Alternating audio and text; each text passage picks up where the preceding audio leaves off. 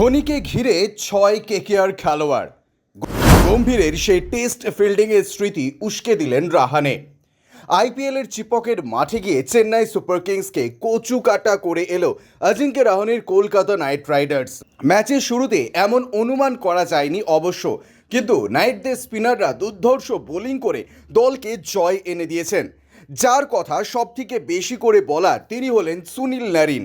পাওয়ার প্লের মধ্যেই একটা catch miss করেছিলেন তিনি। বিজয় শঙ্করের সেই ক্যাচ মিড অফে দাঁড়িয়ে মিস করার পর নিজের বিবেক বোধ উদয় হয় নারিনের, আর তাতেই তিনি কার্যত ধ্বংস করে দিলেন মাহির চেন্নাই সুপার কিংসকে। 3 উইকেট নিলেন মাত্র 13 রানে, তাতেই খড়কুটোর মতো উড়ে গেল চেন্নাই। ব্যাট হাতেও নারিন করে গেলেন 18 বলে 44 রান। স্বাভাবিকভাবেই তিনি ম্যাচের সেরা হলেন, তবে বাস্তব দিক দিয়ে যদি বিচার করা হয় তাহলে আজকের ম্যাচের সেরা কেকেআর অধিনায়ক অজিঙ্ক্য রাহানে এবং টিম ম্যানেজমেন্ট ডুয়েন ব্রাভো দীর্ঘদিন চিপকে খেলেছেন।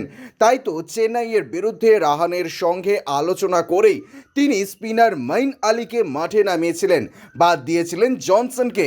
সেই মাস্টার স্ট্রোক কাজে লেগে যেতেই আর পেছন ফিরে তাকাতে হলো না নাইট রাইডার্সকে। ব্যুরো রিপোর্ট, ইউজে নিউজ।